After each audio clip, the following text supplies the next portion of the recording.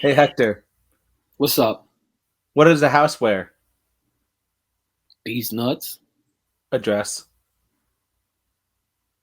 Stupid! You know, the doctor told me I broken my arm in several places.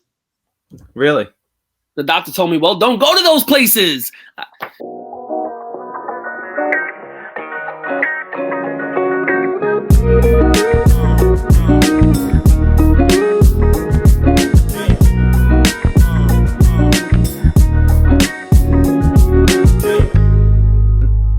Hello, and welcome to another episode of Breaking Down the Tape. I am Zack. Hello. What's up? It's your boy, Hector. I said what I said. And I'm napping when I nap because, again, I don't have fun things that I say, so I'm just going to come up with stupid shit as my name every week. So there's a thing you guys have to look forward to. So I like it. Anyway, this week is going to follow the same fucking formula as it has for over a year now. We're going to do Around the World of Sports. We're going to shout out some trivia answers that we got. Only one person got it right out of actually quite a decent amount of answers this time. Only one person got it right. And then we'll give you the new trivia question. We'll talk about the Jets because they just had a recent signing that I think will have a pretty decent impact on them. And then a not signing that they only have a couple of days to figure out. And we will be talking way too early division winners and potential wildcard playoff spots. Hey, going back to the name thing, I wanted to one point say Hector smokes what he smokes, but I don't want anybody thinking I'm over here smoking crack and shit. Yeah, let's keep it at Hector said what he said. That's your thing. Hector smokes what he smokes will become bath salts. we're trying to get beer sponsors, not corner store sponsors. You dig? Hey, if the dispensary wants to sponsor us, I'm all for it. Yes, we also Zack. Since we're talking about beer, what are you drinking? I'm not again. I know, but I have handy dandy bottle caps from Yingling. What? Again? I know. I stopped at the store meaning to because I stopped at Key Foods up the road because I was grabbing Sarah some stuff and completely fucking forgot because I'm a loser. I don't know what to tell you. You can live vicariously through me. I will. Because today, I'm still waiting for them. Yingling lager. With the beautiful angel choir in the background. So with the beer non-sponsorships out of the way, Hector, do your thing. Dude, it's been a crazy couple months in Around the World of Sports. We're gonna hit the NHL. It is now finally down to 2 teams, and we should never, ever take a bet or guess on who's going to the Stanley Cup Finals. Yeah, so if you are bettors, listen to our podcast and then bet the opposite way. Hector and I went for Vegas and the Islanders to promptly that day and the next day lose both of those. We're not doing. They were both Game 7, too. What? I think they were both Game 7s. I believe so. Yeah. The Habs, the Canadiens, as I call them, made it to the finals against the Tampa Bay Lightning, which is the new New York Rangers. So. And the Lightning they've been pretty dominant over the last few years. Yeah, they really have. They've, like I said, they're the new New York Rangers. They're always getting the Rangers' best players for fucking bags of chips, and this is what they do. So, who do you got in this? I was about to ask you the same thing. I want to go opposite of what I feel. Right. I'm gonna say Tampa Bay. But I feel like because I said that, Canadians are going to win. So I'm going the Canadians, which is funny because now that I've said it, obviously. So one of us, bright side, has to be fucking right here and know something about the future. And the only reason I'm going with 2 reasons I'm going with the Canadians is because A, they're an original 6 team, and we all know how I feel about dirty expansion teams.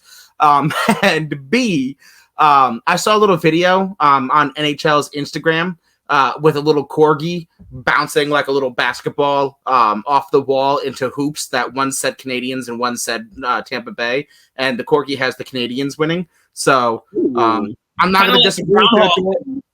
Exactly. I'm not going to disagree with the adorable corgi. What am I, a fucking monster? So that's true. That's true. You can't. So I'm taking the Canadians for logical, sports-based reasons. I don't know. Tampa Bay feels like they've been the more consistent force in the league. I can agree with that. The Canadians, I think, are the better defensive team, but the Tampa Bay Lightning are fast. And they're better, I would say, better offensively. 100%. So I'm still sticking with the Canadians, as I call them, just because. So go Corgis. I thought you said we were going Tampa Bay. No. You're going Tampa Bay. I'm going Canadians. No, I'm going Tampa Bay, but I'm going Canadians because I can't go with my original choice. Because then they'll lose. I'm staying with my original choice. I'm saying what I'm saying, damn it. Staying in the NHL, the Seattle, and you brought this up on Sports Me. Shout out to Sports Me. Seattle Kraken, they are sharing the Charlotte AHL.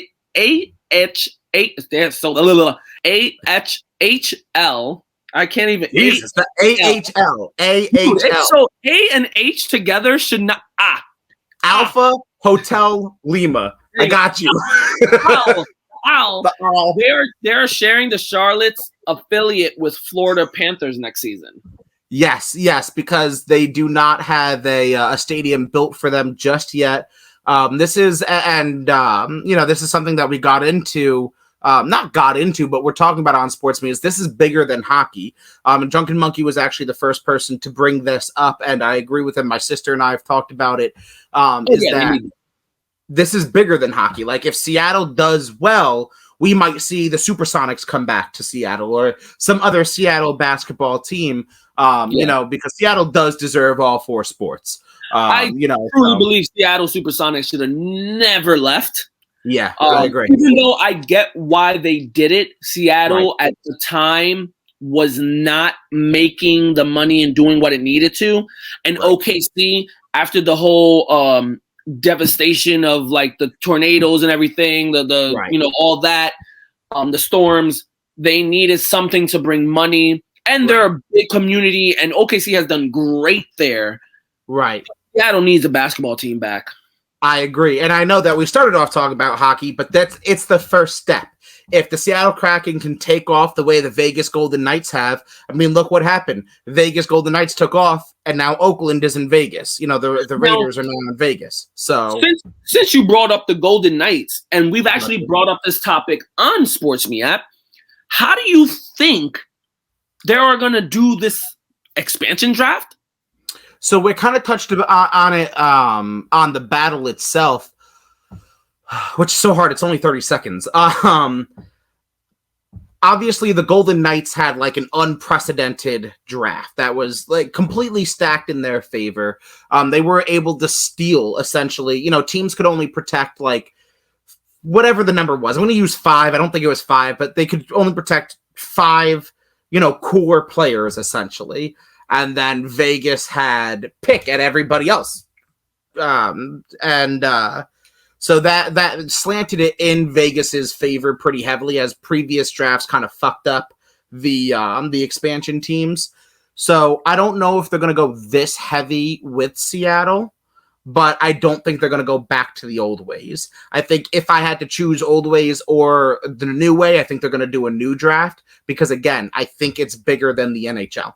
I think the NHL isn't stupid and knows that it's big, especially with what has happened to Vegas. Their success has made them, already a staple franchise in the NHL and a household name, not a bunch of nobodies like the Oilers, So, the great one played for the Oilers, so excuse me. But you understand what I'm saying. So I think they're going to lean more towards a Seattle Kraken favored draft. Yeah, I truly believe, like you said, they're not going to do it the way they did with the Golden Knights. It was just they gave them too much leeway. Right. They gave them too many options to grab so many good players. Yeah. But I do believe, like you stated, mean, they got Marc-Andre Fleury. They got a lot of they got what I think like you stated it before in one of the episodes. They got like 2 or 3 A-lists, a bunch of B-lists, and a bunch of C-lists. Like they became instantaneously a stacked team. Instantaneously. I mean, they made it to Stanley Cup Finals in their first season. Like that was nuts. And then their third season, they're back again. I don't believe they'll with the Seattle Kraken they'll do it to that extent. I think they'll find a now since they've done it already once so recently, they know a better way to go about it. And going forward, because I feel like more expansion teams. Obviously, we're talking about basketball, possibly baseball, even stretching out. Right. Well, they have baseball. They have the Mariners out there. Yeah, but they're not really a huge, baseball team. Well, not just Seattle. I'm just saying the sport in general. I feel you. I feel you. All the sports have talked about potentially expanding to more teams and stuff like that for other cities that don't have teams. Sure. And I feel like the NHL has kind of started a formula for other sports to kind of mold around and make it better so that it's an even distributed team, so they're not just slumping the first like 6-7 seasons of their start. Right. And part of me I'm kind of on board with it, because you don't want to see a new team just go by the wayside, right, and just disappear into obscurity 3 years after they, you don't want to stack them too heavily and make them fucking favorites for the next 20 years, but you want to make them instantly, competitive. Otherwise, they're not going to get fans. I think we stated it before, where at least they should be right off the rip. 32 teams, they should be at least 16. Right. Anywhere between, if we can like algorithmically or however fucking people smarter than I am can figure out how to give them X players to make them either 10 through 16, I think that would be like optimal. You know what I mean? Because you're in the top half of the league. You have a chance at competition, a real chance at competition. So I like it. I like these kind of expansions. I think it's good for the sport. I think it brings in more and more people to an amazing fan base. I mean, personally, some of my favorite memories are in the Garden watching the Rangers play. So, staying, and the last thing for the NHL, a little sadder point, but it hits very dearly to obviously both of us because we've dealt with this kind of stuff. The Boston Bruins star David, I'm sorry, say his name. Pastrnak. There you go, because it's spelled not like that. Yeah. Condolences. Yeah, his and I just hope for the best. His son passed away, I believe it was 4 or 5 days after birth. So I hate the Bruins. I hate pasta on the ice. But this is obviously, I don't care how much you hate a player in a sport for what they do against your team, because that's why I hate Pasta, is because of what he does to the Rangers. But you obviously never, ever, ever wish to see this happen. And like you said, as people who have dealt with this pretty personally, fuck, dude, we're sorry. Yeah, born June 17th, passed the 23rd. No confirmation or word on how or what made this happen, but that doesn't matter. That's nor here nor there. Right. The matter is that the fact of the matter is that this mother and father no longer have their baby, and that's just, it happens more often than you think in this world, and there should be more awareness to this, so that there's more sympathy, I guess, because people want to say something without, or react to something without knowing what someone's been through, or, you never been a parent. Well, you don't know me. Right. I couldn't begin to agree more. And on that note, just a little tangent. Don't fucking ask people when they're having kids. Stop doing that. Because you don't know. You don't know if they've tried. You don't know if they've lost. So just stop doing that. You could be together 2 years, 5 years, 10 years, and then you go up to someone and it's like, oh, so when you're having kids? Well, you don't know what's happened in between the lines of my life. Right. You know, you don't know if I'm right or not. Right. So without going too far off on that tangent, because I can spend the next 6 hours yelling about that, obviously all of the love and support and the wishes, and if they believe in a God or God's prayers, everything positive that we can send their way, we obviously do. And I hope they get whatever answers they can get to help them sleep at night. So, all right. Let's get a little aggressive. Aggressive. July 10th. Conor McGregor, Dustin Poirier, 3. Who's winning? Each is 1-1, right? They're 1-1. They're one apiece. Yes, Conor won the first one, and Poirier obviously won the second one. I'm taking Dustin in this one. Like my Irish tattoo was burning just like saying that, but McGregor has not had a lot of great outings. He hasn't been out quite often, but the times that he has been as of late have not been fantastic. So I'm taking Dustin. I'm going against you because I said what I said, and I said it before. Check the receipts. Conor McGregor is like Floyd Mayweather. He is a businessman. He set this up from the get-go. What's better than part 3? Like what's better than just a rematch? A part 3. So now they're 1-1. Conor McGregor's gonna come out and he's gonna shut it down. Maybe get another payday. Just to get another payday. I just don't see it. I just, like I said, I feel you, and I do think he is a fantastic businessman and marketer, but he has not had a lot of great outings as far as fighting is concerned. That makes me not wanna have his back based off of the recent film that I've seen. You know, the last things I have to go on. Oh yeah, does not instill confidence. Yeah, he's caught some hands recently. Yeah, so I'm gonna take Poirier in this one.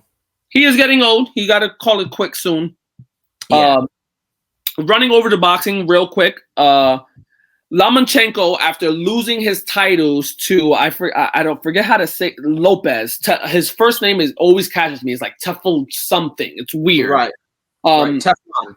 Yeah, he lost his titles to him, but Lomachenko came back this last Saturday with a dominant win and sets up a rematch with him to try to get the titles back. I really need to get into boxing more. Like, I like fighting. I just don't know why I've never gotten into boxing. I've never had anyone in my family that really is. I like boxing because I'm about the hands. Well, that's what I'm saying. I feel like you're more of like the MMA type. That's fair. Yeah, because I'm fucking short. Because I don't have reach. So all of these tall-ass people punching each other in the chin just isn't realistic for me. But I'm excited. I'm excited for that Lomachenko-Lopez rematch. Fair enough. I gotta watch it every time. I like kick myself in the ass because I'm like, fuck, I really gotta watch boxing, and I'm a piece of shit. You're a piece of shit. Damn. We'll shoot over to the MLB, and we'll leave the NBA for last. Sure. So we're in the MLB, and it's sad to say that yes, the Yankees got swept again by the Red Sox. You know what? You know what? For you, Zach, you want peace? I'm going to give you peace. I will respect Super Dave, James from Boda, all those Boston fans. You got it. You got it right now. You took 6. You took 6. You're up. You're up about. Actually, I'll tell you right now. You're up about 6.5 games on us. You're 6.5 games up. But you still have 6 more matches against us this month.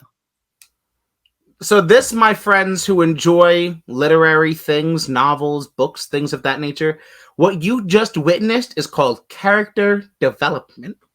I'm proud of you. I mean, look, I've always said it, right? Like, I'm a casual Yankee fan, right? I'm the Yankee fan who's like, I'm sorry, I can't hear you over my 27 rings, but really has no idea what's going on unless it's the end of the season, because it's just a slow and marathon to me. And I'm used to my fucking 20 game NFL seasons and then just calling it quits. So fucking 162 is very long for my very short attention span. But it's hard, no matter what, to lose to the Sox. And especially with all the Yankees Sox shit talking that's occurred over Sports Me, it's hard to watch you go through. I don't really talk shit in baseball because I just don't pay attention. But it's hard to watch you go through this, the trials and tribulations. It's rough because when the Yankees win, we'll gloat, but we know the main goal. Right. When Red Sox fan get a singular win, it's like they just won the World Series every single time. Because they're down bad.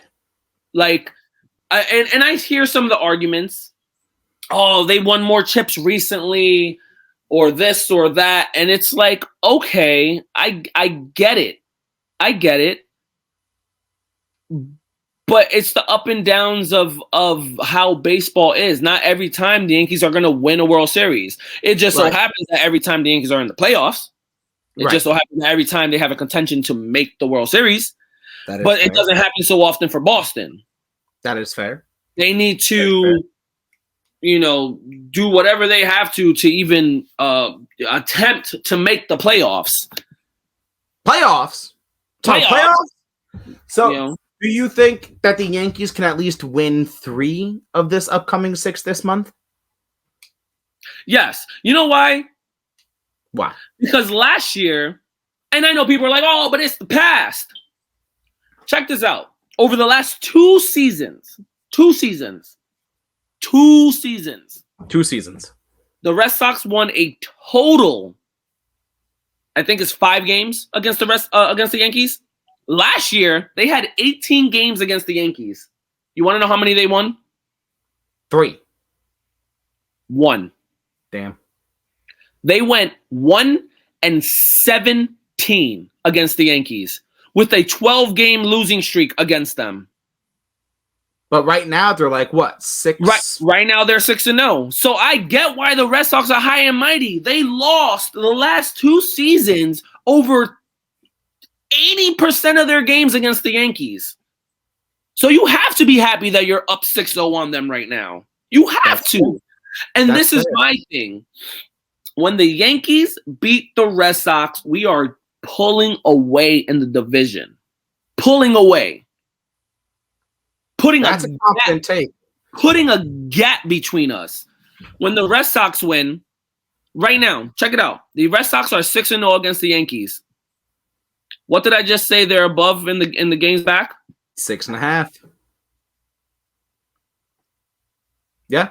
If we were 6-0 against the Red Sox, it'd be 12 games. I mean, that's fair. The Yankees, if they sweep the Sox for the rest of the month, they're a half game back right then and there. If the Sox and Yanks share the same record, except the Yanks sweep the Sox for the rest of the month, we're a half game back. I'm just stating facts. Staying on the Yankees real quick, they got a prospect that's 18 years old making their debut. Saw that makes me super angry. It's an outfielder who was actually a very, very top prospect. He was actually supposed to be like probably one of like the top 10 best outfielder prospects in the league. So, and obviously with Aaron Hicks out, Brett Gardner being old, they need someone in the outfield to play center. So hopefully he can turn around and do something good. And I'm just mad about it because he's better than me, and I know it because he's fucking 18 and I'm 29 and he's playing on the Yankees. So I'm just mad about that. The Home Run Derby is building their lineup. They got 4 of the 8 players. They got Ohtani, Vladimir Guerrero on the AL so far. They got Trevor Story and Pete Alonso on the NL so far. Trey Mancini decided to play for from Baltimore. Really? I think it was just like a courtesy because of what happened to him last year with the whole cancer thing and whatever. Fair enough. He's had a very good season. That's a fair point. I like that take. I don't hate it. No, and it's the Home Run Derby. Like, you don't have to be like a home run hitting bomber to be in the Home Run Derby. Right. That's fair. Also, last thing for the MLB, everyone heard about the sticky stuff. Yes, that has been a very large topic of conversation. Finally, the MLB has actually ejected a player for sticky stuff. Really? Yes. Now, mind you, I wish it was me, but it wasn't. Hector Santiago, I am a Santana, not a Santiago. So close. So close. Hector Santiago of the Seattle Mariners is the first pitcher ejected. He denies it, says he was only using a rosin bag. He was like 3-4 innings into the game, and they went to check him, and they had some type of, which is weird because it wasn't like he was dominating the game. Like he had like 2 walks, 3 strikeouts, gave up a couple hits and whatnot. Right. And apparently, so you're saying he's just bad at cheating.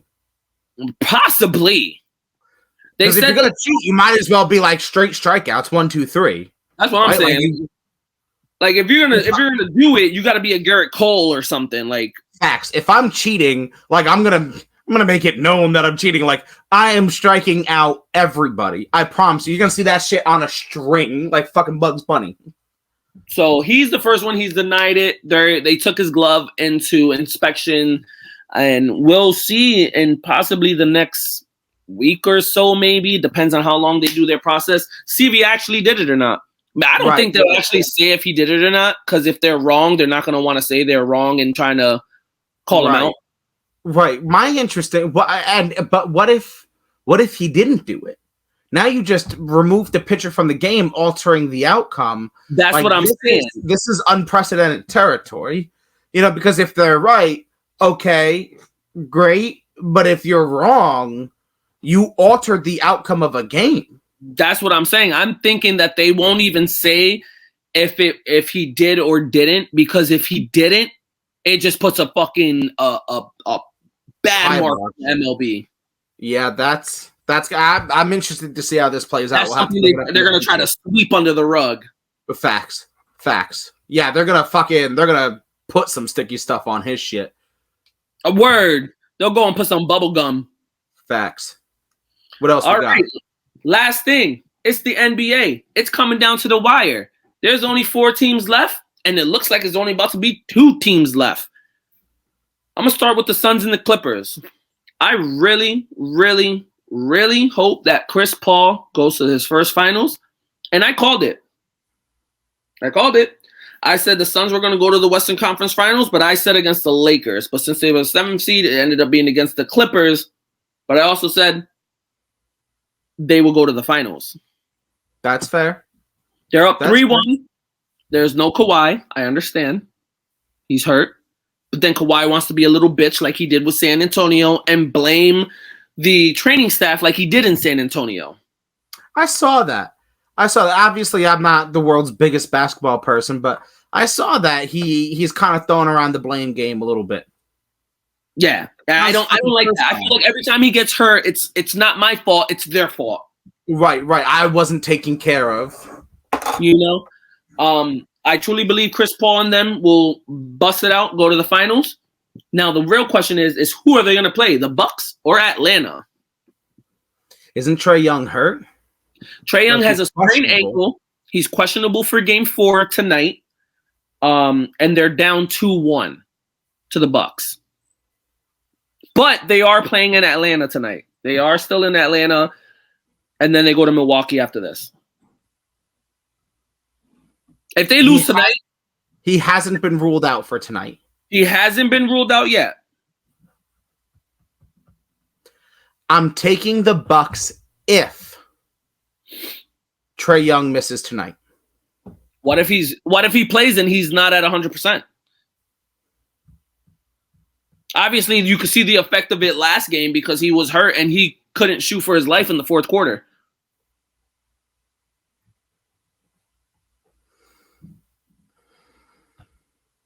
That's hard because, he is the heart and soul of that team. Mm-hmm. I guess no matter what, I'm taking the Bucks. I really want to say if he plays, especially since they're playing in Atlanta tonight, if he plays, Atlanta will step up around him and they'll steal a game and even it up 2-2. But if he's affected as bad as he was last game, I'll stay with the Bucks. Bucks are taking it. Not just the game, but the series. If Atlanta could steal this game, I still think the Bucks pull it out, but it gives them a shot. Right. If Atlanta loses this game, they're going in Milwaukee with their bags. They're not even unpacking. Right. They're not even unpacking. Because you're going to go in Milwaukee and you're going to lose. Yep. Just walk right the fuck out. 60 minutes later. Goodbye. Don't even. Just, you know what? The 60 minutes that you could have played the game, go ahead to a nice restaurant, grab yourself a nice beer, and start planning out your vacations. Yeah. I feel you. Yeah. Especially if they lose fucking tonight. Good night. It's over. Now, I don't want to go too far deep in the finals and saying like the Suns Bucks because we don't know who's finishing this and we've seen some wild shit happen. And we apparently aren't great at picking finals teams. So but what it looks like, it might be a Bucks Sun finals. Which I feel like that's fair. I feel like that's fair. So yeah. Ben Simmons skipping Tokyo Olympic Games to develop his skills. Boy, you got to develop more than your skills. Develop your skills. Since the minute you got knocked out of the playoffs, you should be shooting free throws every single second of every. You shouldn't sleep. You should have bags that hit the floor because you don't sleep. My thing is like for most players, I completely understand that. And for Ben Simmons, as far as like money goes, yeah, man, completely. Secure the bag. Don't risk injury. Don't risk future contracts. Definitely secure the bag.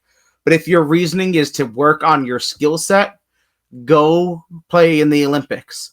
Playing games will help you with your skill set. That's how that works. You need to practice, buddy, because holy fuck, your fucking shot needs work. With the H. Work. like Stewie said in Family Guy. Whip. Hard work. And you know what? You should meet up with Giannis and practice free throws and jump shots together. Facts. Big facts. Because I don't know how many air balls I've seen this playoffs from Giannis. My God. And you would think that, now obviously I don't play in the NBA, but that's like the easiest fucking shit. Like how? How is it acceptable? I feel like if I was writing out NBA contracts, I wouldn't put in like a free throw incentive. I would put in like a free throw negative. Like if for every free throw you miss, I'm docking you $2,000. Damn, $2,000 adds up because every free throw, you miss a lot of free throws in a season, regardless if you're an 80% shooter. That's what I'm saying. When it starts to affect, I guarantee you, for a bunch of Steve Nashes. If it starts to affect their bottom line, I guarantee you nobody goes below 99%. The first team who puts that in their contracts shoots 100% for the season on free throws. You're looking for guaranteed. A bunch of Steve Nashes. And I say Steve Nash because Steve Nash is the all-time free throw shooter. He's like a 94-point-something% free throw shooter. I guarantee you once it affects the bottom dollar, right? Because $2,000 doesn't seem like a lot when you're talking hundreds of millions, but it adds up. But if you miss 6 free throws a game. That's what I'm saying. Once it starts to affect your bottom dollar, I guarantee you're not missing any. And last thing, nothing crazy, but the Blazers ended up signing Billups as the coach for a 5-year deal, and the Mavs ended up signing Jason Kidd. Which you brought up last week saying that you thought that they would. How do you feel about those? I don't have any opinions. I don't know enough to know. I like the Jason Kidd to the Mavs. He's played for the Mavs. He knows the system well. Luka, he can mold Luka as a point guard who does triple doubles, just like Kidd is number 3 on the list for triple doubles. He can work with Porzingis. He can, I think that'll be good. Okay. Billups, it was kind of weird because the Blazers wanted Kidd and it didn't happen. I felt like that. I don't know. I don't really know. Billups never coached. Coach. Yeah, I mean, Billups is a great point guard, and he's won a chip with Detroit, and Sure. I don't know. Just because you're a good player, though, doesn't necessarily make you a good coach, and vice versa. So True. But that's all I got for Around the World of Sports. If I think of anything else, I will bring it up next week. Deal.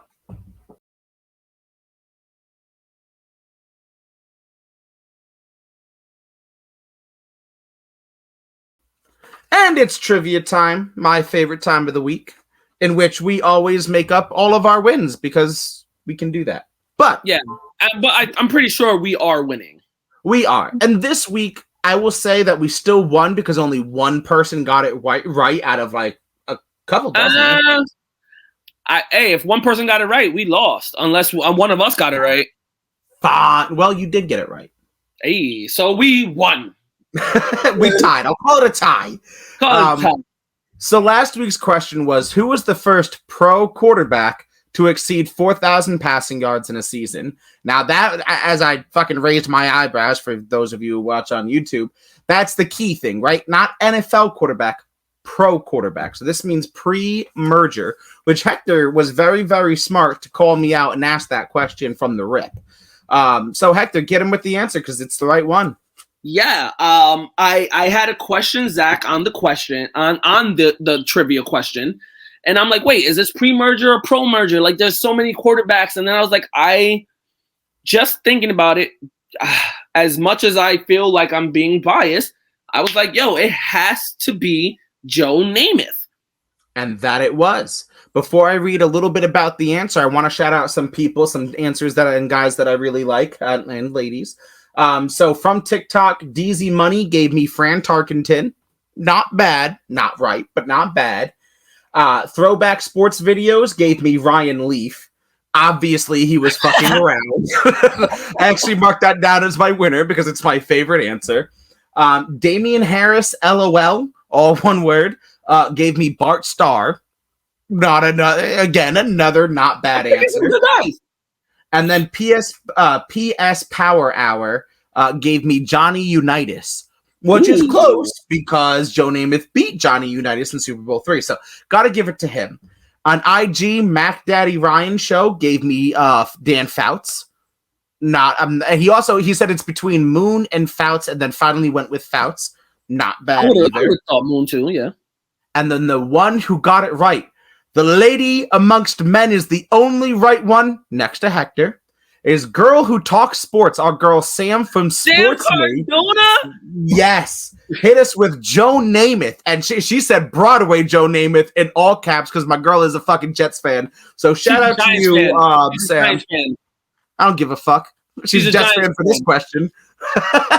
So shout out to Sam. You get an extra big shout out. Go like her and like everybody that I mentioned. But her especially because she got it right. Sports, yes, find her on Instagram, Facebook, wherever you. I think she lives in the city, so hopefully we can convince her to come up for the December 5th Jets game. But a little bit into the answer, Joe Namath. So the Jets quarterback was the first to exceed the 4,000 yard mark with 4,007 in the AFL in 1967, which had a 14-game schedule. He never came close to that yearly total again the rest of his career. That's okay, because that's the year he won. Exactly. This week's question, which is the only NFL team to win 3 consecutive NFL championships? Again, because we just went over this before we went on air. Which is funny that because I have a little trivia calendar and it just so happens that it's today's trivia question and we were talking about back-to-back-to-backs. So three-peats as one word. So again, the question being, which is the only team to win 3 consecutive NFL championships?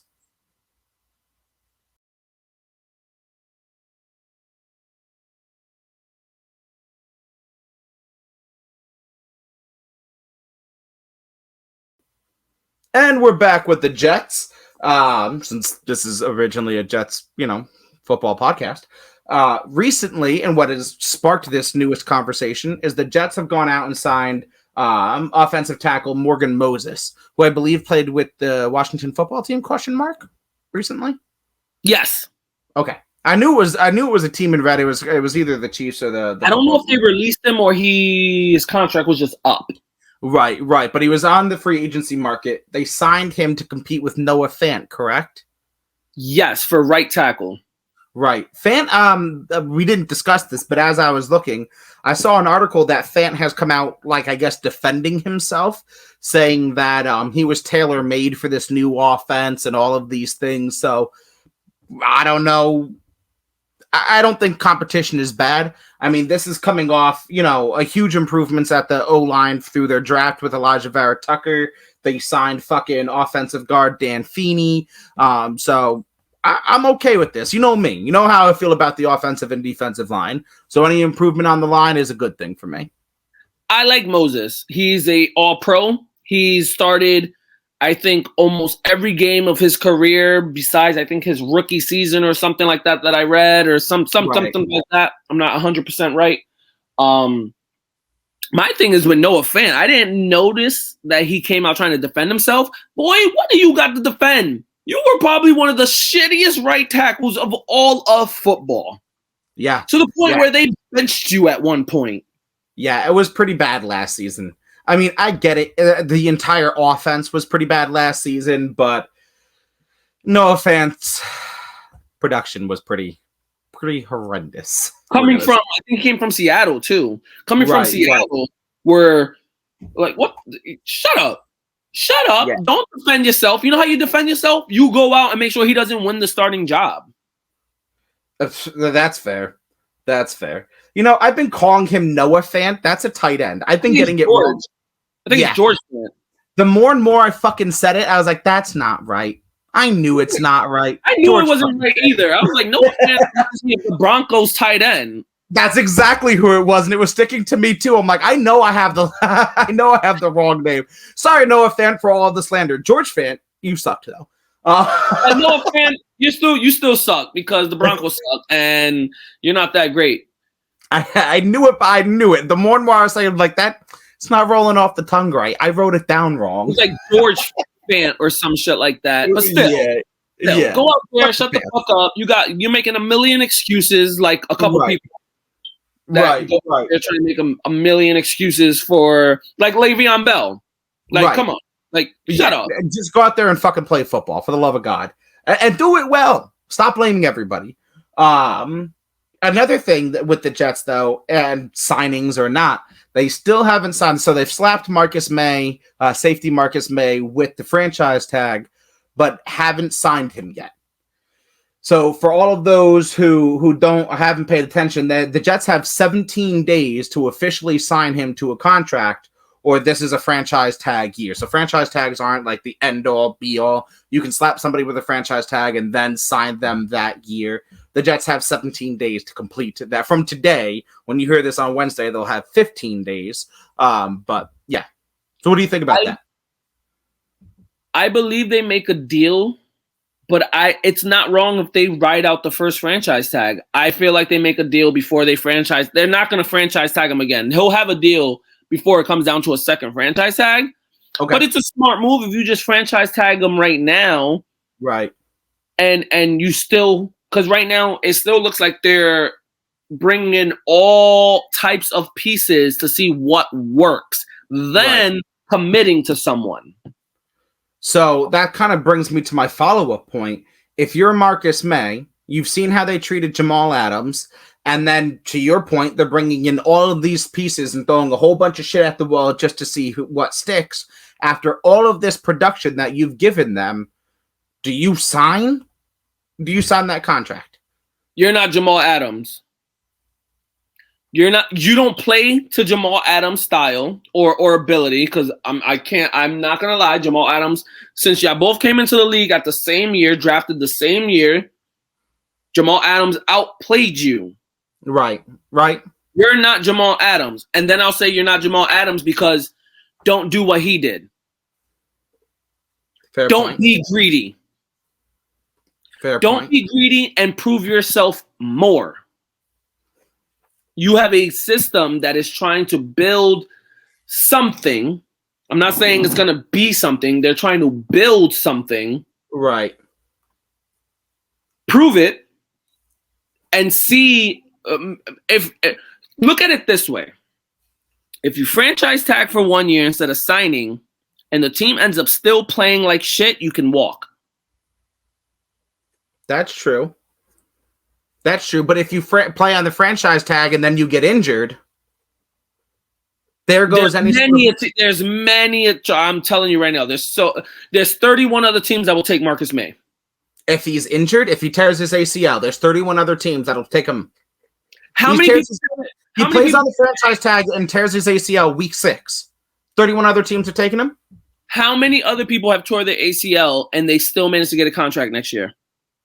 All right, so that is a fair point. The ACL injury has not been as devastating as it used to be, but it does. I'm not confident in saying there are 31 other teams. Even if he's not a starter, he's still going to get a contract. That's fair, but if you're playing at that level and you know what you can do, you're going to settle for non-starter money? If you know you're not going to be a starter, you got to settle for non-starter money. Nah, I see. You know me. I'm always about fucking securing the bag. So, like, obviously, like as a Jets fan, I agree with you. You can't secure the bag with a franchise that is unstable. Yeah, you can. I mean, you'll just never win, but you're gonna get paid. Yes, you can, but like, so you sign the contract. You get hurt. I get paid. You get paid. Who's gonna take you?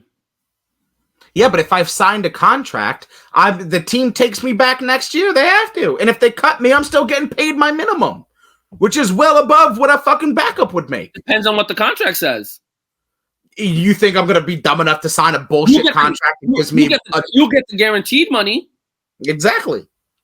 It's better than backup money. Who says the guaranteed money is going to be all that for him? He's not Jamal Adams. The Jets think he is. A top safety in the league. He's a very, very good safety.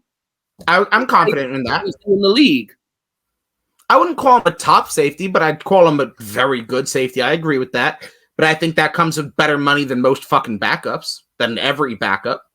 I mean, if he's smart and commits to the Jets, unlike Jamal Adams, I just think the Jets are playing the long game. They're trying to figure out this season, and they probably already spoke to him and was like, "Look, we want to sign you. We're gonna give you something. Just wait. You gotta trust us. Just wait." Now, I will say... is a very good communicator. Well, that's what I was going to say. I will say Salah, to this point, has shown the ability to be a fantastic salesperson, right? And get everybody on the same fucking page here for what he wants to do moving forward. So I will give him credit for that. I agree with you that I think they get a deal done before a second franchise tag is even thought about. Or even halfway through this season. You can franchise tag him and still sign him. Right, just for next season. Your contract doesn't start until next season. Because fucking they have 17 days when people hear this, 15 days to sign him so that he doesn't play on the franchise tag. So I agree with that. I don't know. I'm conflicted, right? As a player advocate, obviously secure the fucking bag. Don't play on franchise tags ever unless absolutely necessary because you're coming off of an injury kind of shit. But as a Jets fan, I obviously would like to see him stay for a long time. I'd like to see the Jets sign him at a reasonable contract to have money left over, So I agree with you. In the end, I think he'll get signed before a second franchise tag comes out easily. Do you think this... Okay, so not the Marcus May thing, but the Moses signing. Yeah. Do you think... with OTA, spring training, the training camp, all that coming up literally relatively soon, like we're already in July. Right, we're in the middle of OTAs right now and shit, yeah. Yeah. We're technically almost in July, a couple days away. Right. August is right there where, preseason starts to come around. Do you think this is the ending of the Jets trying to sign, or they still got a few more under their sleeve? I think they still have a few more under their sleeve, like we talked about the other week. There are a couple big free agent names that are still on the board, not guys that monumentally shift your team, but a guy like Richard Sherman on the Jets, I think, is a monumental upgrade. Cerebrally, I've said it from the beginning. I don't give a fuck if Richard Sherman signs with the Jets and never plays a goddamn snap. I don't give a fuck if they never fit him for football pads. The level of intelligence that he fucking brings to the game is something that is worth a player contract, wholeheartedly. And then if he can play at a decent level, that's even a bonus to me. So I think that's the kind of player that adds a lot of depth. I think that obviously they're good on running back. I think there's a linebacker or two I wouldn't hate having out there. So I think that there might be one or two signings along this nature. You're not going to see big splashes. I think the biggest splash could possibly be Richard Sherman. But yeah, I think for the most part they've come to an end, save one or two veteran pieces. We've been saying this from day one. Richard Sherman needs. I don't care if he's on the sideline with a headset and a mic to the corners on the field. Yeah, I agree. And speaking of good coaching coming from players, Chris Herndon, we talked about it the other week with the tight end Chris Herndon was at Kelsey's tight end university learning from Kittle and Kelsey and all the big names. And you said, and I'll restate what I said. He should goddamn be there and trying to learn some shit because the motherfucker could not hold on to a ball, run a route, block, anything, even stay on the field last year. That was an interesting thing. I'm glad you brought up blocking. You think of Kelsey and Kittle, and you just think of all the pass catching yards, especially in today's fantasy football driven world, right, of fandom. You just think of all the flashy catches and the yards and all of this. Kelsey over Kittle, but they're good blockers as well. And some of the clips I was watching is of them teaching the blocking aspect of it, the step off on the inside of your foot and all of these things. And obviously that's part of the tight end position, duh. But you're just seeing that phased out of starting tight ends. You know what I mean? Generally, your blocking tight end is your backup tackle, right? When you line up in that jumbo style set. So it's nice to see motherfucking, the two top tight ends in the league teaching blocking and keeping that part of the day. Even back in the 80s and early 90s, your best tight end was primarily a blocker that would get you the third, fourth option to grab something for 8 or 9, maybe a first down. Right. Now they're going yard. Going on seam patterns. Right. No, so it's as a fat man, I like to see that shit. I like to see the blocking part of the aspect of the game.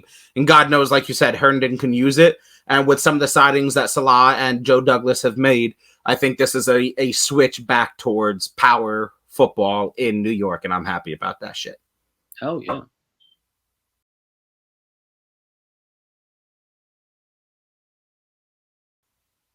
I just want to do a little shout out. Happy retirement, Demaryius Thomas. 5-time Pro Bowler. Super Bowl champ. He came out today saying that he wants to and is going to retire. And you know what? You had a good career. You played with some greats, Peyton Manning, Drew Brees, Tom Brady, a couple great ones. You ain't got nothing else to prove, honestly. You're Super Bowl champ. Yeah, You secured the bag. You stood healthy for the most part. And shit. See you in Cabo or Cancun or some shit. Canton?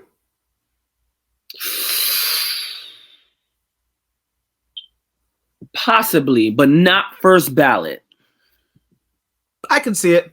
And like you said, I think a lot of the reason, his own accolades, obviously, but who he played with, I think is a large story, a part of the story of the game. And Demaryius Thomas played great in that Super Bowl win with Peyton.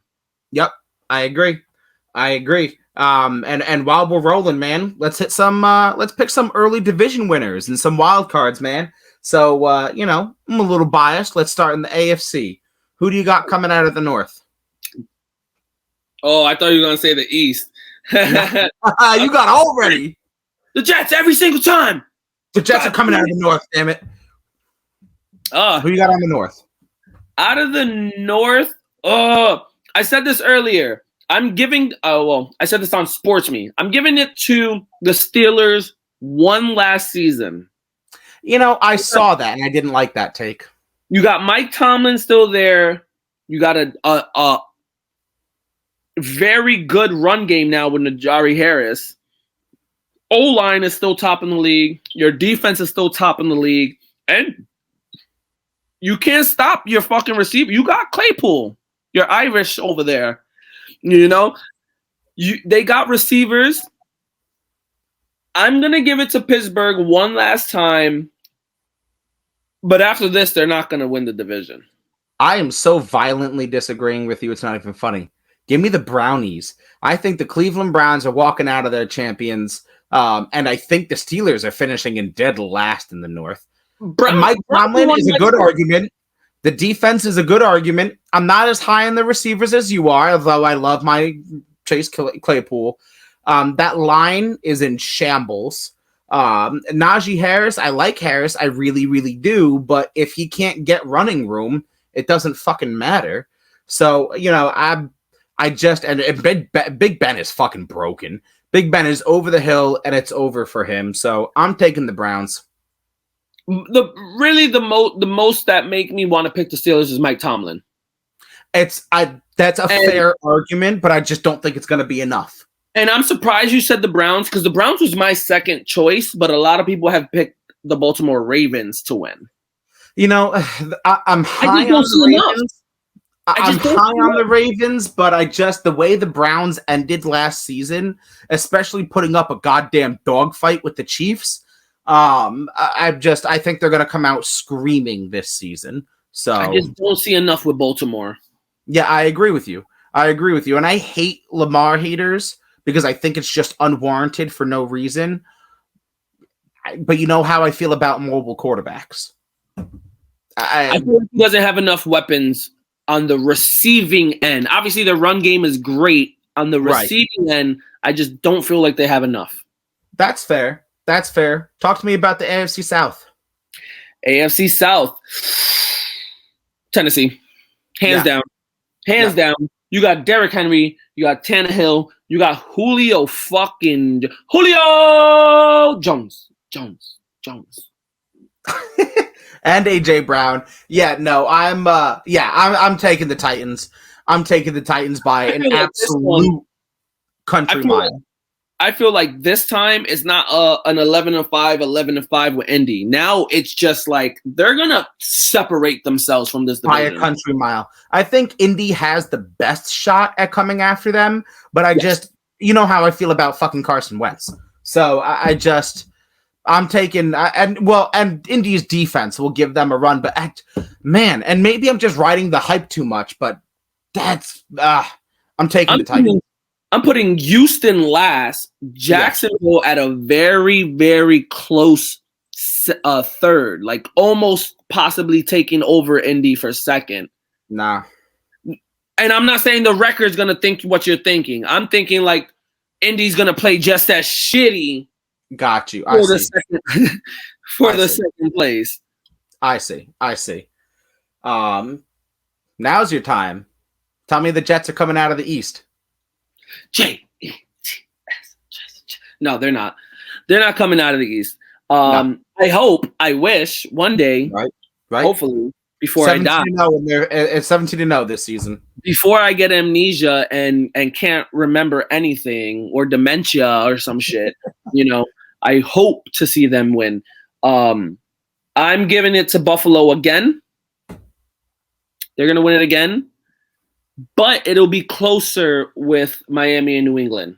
Like it'll be a 3-team race, maybe 2-3 games apart each. You're not going to get me to say the Dolphins are good. I'm taking the Bills Mafia with the Patriots in a very close second place. And you can't convince me that the Dolphins are going to be good long term. So I still don't believe in Tua. Yeah. Yeah, again, no like intended hate because I think he's overhated, but he hasn't shown me He's enough to overrated. make me believe. Yeah, I agree with you. Like way beyond overrated. I agree. And do I need to ask you about the West, or are we in agreement with Kansas City? No, yeah, it's KC, but I will switch the Raiders for the Chargers. Woo! Excuse me, sir. You think the Raiders are coming in second? I'm thinking the Raiders came in second last year. Oh, my apologies. Okay, so we're in agreement again. I'm thinking the Chargers come in second and the Raiders come in third. I can agree with that. I think the Chargers. I think Justin Herbert is on the come up. I can believe in that. I easily 3. They went 7-9 last year. At least 3 or maybe 4 of those games they should have won. I can get behind that. I can get behind that for sure. Especially with Herbert starting the whole season now. You know, no controversy over punctured lungs with Tyrod Taylor and shit. Hint. I rode Justin Taylor to my championship winning the D-Gens last year. Hint. Again, I'm trying to pick him up again. Oh, Herbert? Yeah. Who do you... give me the 2 wild cards. Ooh, wild cards out of the AFC. So if we got 1, 2, 3, and 4, I'm going to take Baltimore and the Chargers. Fuck you. I hate that we're on the same fucking page. Because that was exactly where I was going to. Baltimore and the Chargers. AFC people keep sleeping on them. That side is stacked. My very close third to potentially overtake Baltimore is the Patriots. Just simply because I've been traumatized by Bill Belichick for absolutely far too long. And I just will not sleep on him. But Baltimore and the Patriots are interchangeable to me. Let's take it over to the NFC. Who do you got coming out of the North? Out of the North. So if Aaron Rodgers plays, I'm going to say Green Bay. If he doesn't play, Minnesota. I think even if he plays, I'm taking Minnesota. Because they're just a fucking dumpster fire. Even if he plays, there's just so much disconnect between him and the coaching staff in the front office that I just don't... Aaron Rodgers is going to go fucking nuts. I think that's going to happen, but I don't think it's going to translate to wins. I'm thinking Minnesota. Part of me wants to say Chicago, but that's only if Justin Fields is starting the games. No. You know how I feel about rookies. No. I know, but put the rookie part aside, the best chance to win is him. That's fair. Give me the South, or do we even need to talk about the Bucks? I mean, whoever's coming out of the South. I'm taking the set. Nah, I'm joking. And when the Saints come marching in, it's Tampa Bay, man. They're gonna, Drew Brees is not there, so they're not gonna go 12-4. If they're gonna really ride Taysom Hill, then you could expect that 12-4 to be a 4-12. Yeah, even Jameis Winston. Have you seen the videos of him working out? It is cringeworthy. Like every year, I feel like this dumb shit comes out, and it's like, bro, you're not doing yourself any good looks. I feel like he'll come out on the Saints, and because the Saints are so offensively equipped, he'll go into 50 touchdowns with 50 picks. Do you think that the fucking Panthers are going to make any sort of moves down there? Okay, so I got Tampa Bay, Panthers, New Orleans. Okay. And another hint, Akuna Kamara might have to retire. Ooh, no. Okay. I don't know what my draft pick is going to be. But Kamara unless you break it again. I was about to say, he ain't getting those 6 touchdowns to win me the chip. Facts. What a time for him to go off. And we'll fucking talk about it on the Degenerates. But what a fucking time for him to lose his mind. Anyway, talk to me about the dumpster fire that is the NFC East. NFC East. I'm staying true to my word. The New York Giants are coming out of the NFC East. The New York Giants are coming out of the NFC East. Washington is coming second. Dallas at third. Give me a Heineken, baby. Taylor Heineke went fucking gunshot for gunshot with Tom Brady. You want to say that fucking Patrick Mahomes is the baby goat? Give me the Heineken. Give me that Washington football defense. I really don't give a fuck about Taylor Heineke, but I like that defense a lot. And that Giants have a very underrated defense. Dak Prescott is the only thing that could make a different decision in that division. But because that Cowboys defense is just so insanely garbage, we've talked about this. When Dak Prescott started, he only won 4 games. Shut the fuck up. He got beat fucking 50-48 by the Browns. If you score 48 points, what fucking more do you want from me? So, Dak Prescott is fine. If he stays healthy, he balls out. But that Dallas defense is so trash, I'm taking the football team. I will never defend Dallas. But this draft, they did spend a lot of time bolstering the defense. Yeah. So, because obviously the offense don't need no more. I don't know why they would constantly, right. God, Jerry Jones didn't go for Kyle Pitts like an idiot. Right. Because it was taken before he got there. Yeah. But I'm saying my words, the Giants. Talk to me about the West. Oof, the West, the good. It's a gunfight out there. I mean, you've got J.J. Watt and D-Hop and Kyler Murray on the Cardinals. You've got fucking Matthew Stafford on that oh my God, what's the coach's name? Sean McVay offense out there in L.A. You've got the Seattle Seahawks, who are always contenders, DK Metcalf, Tyler Lockett, who is the best fantasy receiver on the face of the planet. Russell Wilson. You've got the fucking 49ers, who were robbed last year due to just obscene amounts of every injury possible. So I mean, this is a who's who kind of division. I like the fact that you left this one for last. Yeah, man, that's exactly why I drew it up this way. I'm taking Matty Stafford. Matty Stafford and the Rams. I'll put Arizona second, Seattle third, and San Fran again comes in last. I feel like, again, San Fran gets hit with the injury bug. Yeah, but now if motherfucking Gucci Garoppolo goes down, they have the savior, Trey Lance. When does Gucci Garoppolo go down? Week 4. Oh, yeah, they're last. Really? Trey Lance is not it, bro. Trey Lance is not it. Week 15?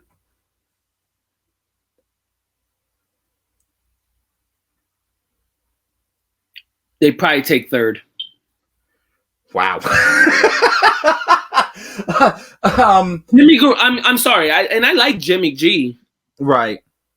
But after the last few years, it's him. The team is stacked. The team is stacked. Even though he wins, but he wins because of the team he's on. He's been on the Patriots. He's been on the San Francisco with stacked teams. So his record is going to say that he wins, but it's not him. Because he goes and throws 2 touchdowns, 2 picks for 200 yards, but they win. Fair enough. So I'm going to agree with the Rams. But it's going to come down to week 17, or week 18, I guess technically, week 18, the very last game. And it's going to be them or the Cardinals. It's going to come down to the fucking wire. And we're talking a game separation, them or the Cardinals. Which leads me to my motherfucking point. My 2 wild cards, I know I've let you go first, but I'm on a fucking roll here. My 2 wild cards, if the Rams win it, are the Cardinals and the Seahawks. And if the Rams don't win it, then it's the Rams and the Seahawks. I think both wild cards are coming out of the fucking West.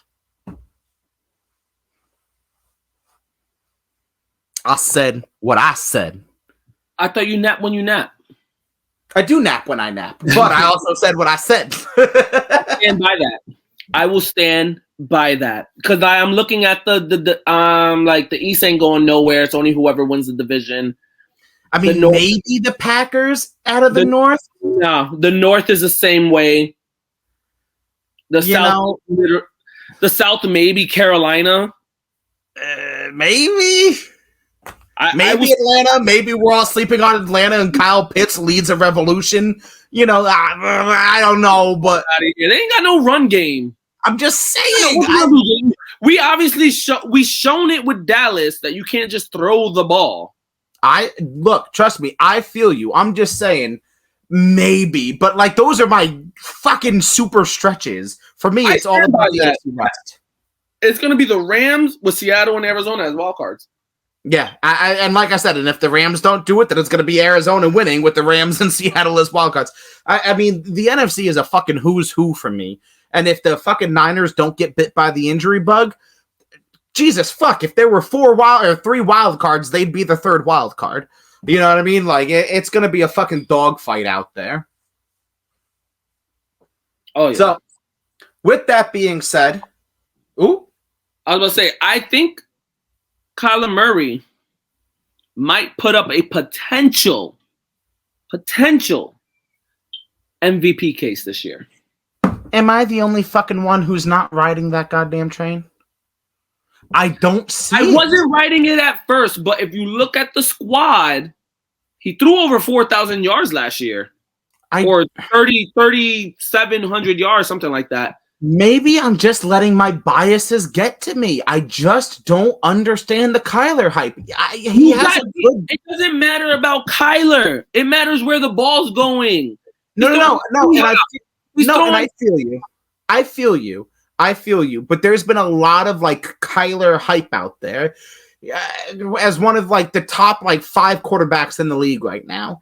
And maybe I'm just too goddamn old school. Maybe I just fucking hate mobile quarterbacks and hate midgets. I don't know. I just don't see it. Fuck me, I guess. I just don't see it. But fantasy-wise, yes. I can see a top 5 fantasy. The top 5 quarterbacks in the league, I'll fight that. And the whole, that Kyler Murray hype train, I'm not for it. But I do think he's a very good, talented player. And with the team that he has, right, it only it potentially an MVP candidate. I can see that. Now, before I wrap it up, tell everybody where to find this for the umpteenth time. I know that you wanted to give a little shout out to the degenerates as you've been hinting so recently. Hey. What's up, guys? So, breaking down the tape, you can find us on Spotify, YouTube. Yeah, show that shirt.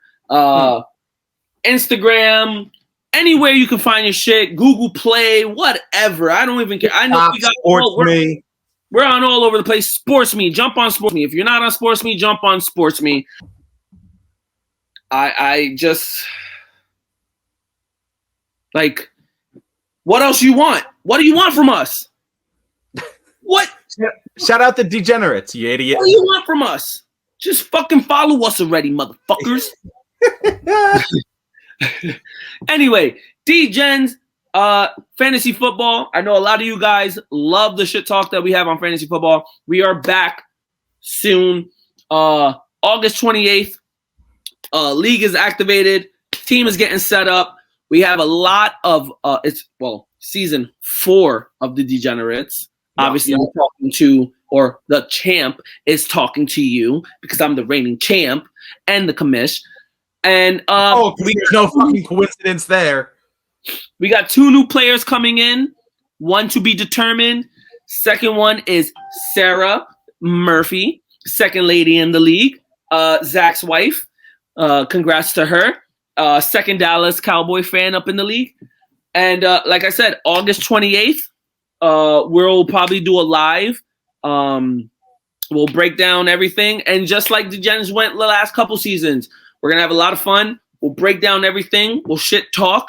I'll probably go undefeated. And Zack, I'll give you second or third. Okay. Anyway, guys, I'm just going to echo what Hector said. Find us any fucking where you can find anything. I mean, fuck, if you Google us, you'll find us. So wherever you fucking get your social medias. Google me. Chuck. Anyway, Hector, do your thing. I said what I said. I'll see you next week. Cheers.